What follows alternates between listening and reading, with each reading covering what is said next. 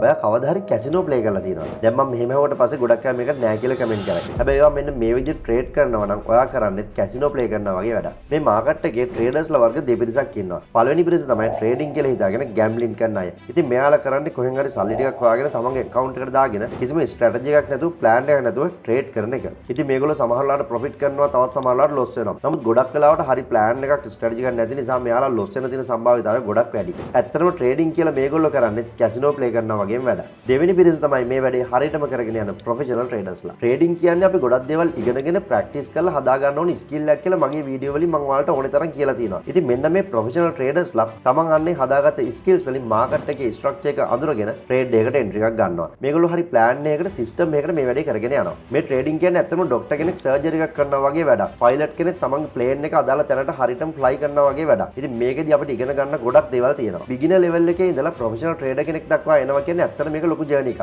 ඉතින් මේ ජර්නි එකේදී අපිට වර්ධින තැන් ඕන තරම් තියෙන්න පුළුවන්. ඒ වගේම අපි ඉගෙන ගන්න දේවල් ගොඩක් තියෙනවා. අපි හදා ගන්න ඕනේ ස්කිල්ස් ගොඩක් තියෙනවා.